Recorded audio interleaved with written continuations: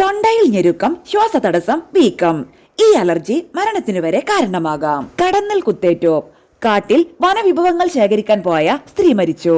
തേനീച്ചകളുടെ കടിയേറ്റ് തേനീച്ച കർഷകൻ മരിച്ചു തുടങ്ങിയ പത്രവാർത്തകൾ ഇടയ്ക്കിടെ വായിക്കാറുള്ളവരാണ് നമ്മൾ. അലർജി എന്ന പ്രതിഭാസം മാരകമാകുന്നതാണിതിന് കാരണം. നമുക്കെല്ലാം വളരെ സുപരിചിതമായ പദമാണ് അലർജി. ആദിമകാലം മുതൽ തന്നെ ഈ അവസ്ഥയെക്കുറിച്ച് നമുക്ക് അറിവുണ്ടായിരുന്നുവെന്ന് പുരാതന ലിഖിതങ്ങൾ പറയുന്നു.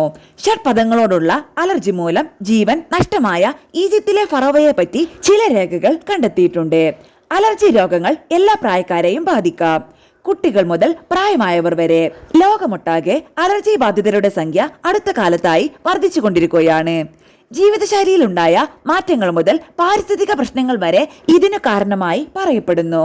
കൃത്യമായ കണക്കുകൾ ലഭ്യമല്ലെങ്കിൽ പോലും ഇന്ത്യയിൽ ഏകദേശം 20% ആളുകൾ ആസ്മയും മറ്റ് അലർജി രോഗങ്ങളുമായി കഷ്ടപ്പെടുന്നു എന്ന് പറയാൻ കഴിയും. ആഹാര രീതിയിലും മറ്റുമുണ്ടായ പാശ്ചാത്യ സ്വാധീനം നമ്മുടെ നാട്ടിലെ അലർജി രോഗങ്ങൾ കൂട്ടാനിടയാക്കിയിട്ടുണ്ട്. ഇതുണ്ടാക്കുന്ന ആരോഗ്യ പ്രശ്നങ്ങൾ ഒട്ടും ചെറുതല്ല. അലർജി എന്ന രോഗാവസ്ഥയെക്കുറിച്ചും അവ തടയേണ്ടതിന്റെ പ്രാധാന്യത്തെക്കുറിച്ചുമൊക്കെ പൊതുസമൂഹത്തിൽ അവബോധമുണ്ടാക്കുക എന്ന ലക്ഷ്യത്തോടെയാണ് ലോക അലർജി ഓർഗനൈസേഷന്റെയും ലോകാരോഗ്യ സംഘടനയുടെയും ആഭിമുഖ്യത്തിൽ ജൂൺ 29 മുതൽ ജൂലൈ 5 വരെ ലോക അലർജി വാരമായി ആചരിക്കുന്നത്. അലർജിയുടെ കൂട്ടത്തിൽ ഏറ്റവും മാരകവും ജീവന് ഭീഷണിയുമായ രൂപമായ അനാഫൈലക്സിസ് എന്ന അവസ്ഥയ്ക്ക് പ്രാധാന്യം നൽകിക്കൊണ്ടുള്ള അനാഫൈലക്സിസ് ഒരു തടയാവുന്ന ഭീഷണി എന്നതാണ് 2025 ലോക അലർജി വാരാചരണ സന്ദേശം. എന്താണ് അലർജി?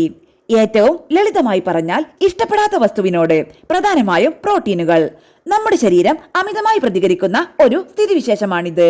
ഒരാൾക്ക് അല്ലെങ്കിൽ മറ്റൊരാൾക്ക് അലർജി ഇല്ലാത്തതായി ഒരു വസ്തുവും ലോകത്തില്ല. സൂര്യന് താഴെയുള്ള ഏത് വസ്തുവിനോടും നമുക്ക് അലർജി ഉണ്ടാകാം. എന്തിന് സൂര്യരശ്മികളോട് പോലും. ഇതിൽ നിന്നും അലർജിജന്യ രോഗങ്ങളുടെ വ്യാപ്തി നമുക്ക് ഊഹിക്കാവുന്നതേയുള്ളൂ. അപൂർവമായി പുരുഷ ശുക്ലത്തോട് പോലും അലർജിയുള്ള ചില സ്ത്രീകളുണ്ട്. അലർജി കാരണം പങ്കാളിയോടൊത്ത് ലൈംഗിക ബന്ധത്തിൽ ഏർപ്പെടാൻ പോലും ഇവർക്കിത് ബുദ്ധിമുട്ടുണ്ടാക്കുന്നു. പലപ്പോഴും വന്ധ്യതയ്ക്കുള്ള കാരണം തേടിയുള്ള പരിശോധനകൾ നടത്തുന്ന വേളകളിലാണ് ഇത് കണ്ടെത്തുന്നത്. അലർജിജന്യ രോഗങ്ങളുടെ പട്ടിക വളരെ നീണ്ടതാണ്. അലർജിക്ക് റൈനൈറ്റിസ്, ആസ്മ തുടങ്ങിയ സാധാരണ അലർജി രോഗങ്ങളാണ്. തുമ്മൽ, ശ്വാസമുട്ടൽ, ദേഹമാകെ ചൊറിഞ്ഞു തടിക്കൽ തുടങ്ങി ഏത് രൂപത്തിലും അലർജി പ്രത്യക്ഷപ്പെടാം. ശരീരത്തിലെ ഏത് അവയവത്തെയും ഇത് ബാധിക്കാം. മറക്കേണ്ട, ചിലപ്പോൾ മരണത്തിനു വരെ കാരണമാകും വിധം മാരകമാകാൻ ഇടയുള്ള ഒന്നാണ് അലർജി. അനാഫൈലക്സിസ് അലർജിയുടെ അതിതീവ്ര രൂപം.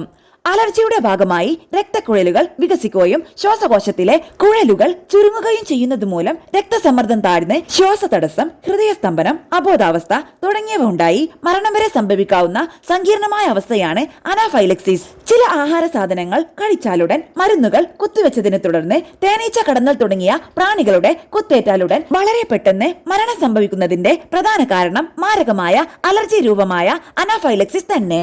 ലക്ഷണങ്ങൾ എന്തൊക്കെ?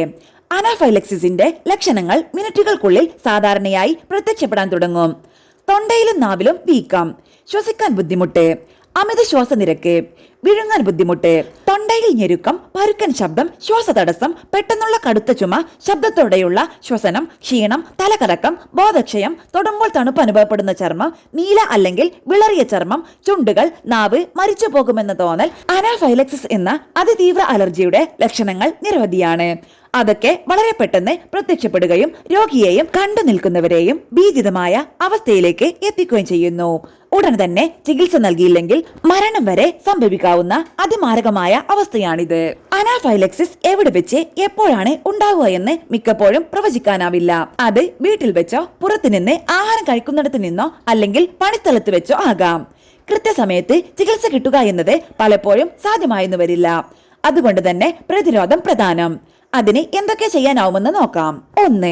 അലർജിയുള്ള ഭക്ഷണം, മരുന്ന് അല്ലെങ്കിൽ മറ്റെന്തെങ്കിലും വസ്തുക്കളോട് അലർജി ഉണ്ടെങ്കിൽ അതൊക്കെ പൂർണ്ണമായും ഒഴിവാക്കേണ്ടതുണ്ട്. ഭക്ഷണം അലർജി ഉണ്ടെങ്കിൽ ഭക്ഷണ ലേബലുകൾ ശ്രദ്ധാപൂർവം പരിശോധിക്കുക.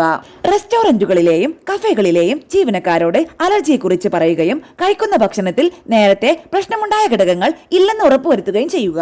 അലർജി സാധ്യതയുള്ളവർ വളർത്തുമൃഗങ്ങളുടെ സാമീപ്യം കഴിവതും ഒഴിവാക്കുക. പൂമ്പൊടി, സുഗന്ധദ്രവ്യങ്ങൾ, പൊടിപടലങ്ങൾ എന്നിവയിൽ നിന്ന് ഒഴിഞ്ഞു നിൽക്കുക.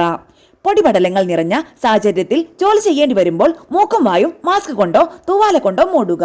കൃത്രിമ നിറങ്ങൾ ചേർത്ത ഭക്ഷ്യവസ്തുക്കൾ ഉപേക്ഷിക്കുക. അലർജി ഉണ്ടാക്കുന്ന വസ്തുക്കളുടെ പട്ടിക എപ്പോഴും കയ്യിൽ സൂക്ഷിക്കുക. ഏത് മരുന്നും അലർജി ഉണ്ടാക്കാം. സ്വയം ചികിത്സ ഒഴിവാക്കുക. ഷഡ്പദങ്ങൾ ചിലരിൽ അപകടകാരികളായേക്കാം. സാമീപ്യം ഒഴിവാക്കാനാവാത്ത സാഹചര്യങ്ങളിൽ വേണ്ട മുൻകരുതലുകൾ എടുക്കുക. അലർജി ലക്ഷണങ്ങൾ കണ്ടാൽ ഉടൻ തന്നെ വൈദ്യസഹായം തേടുക.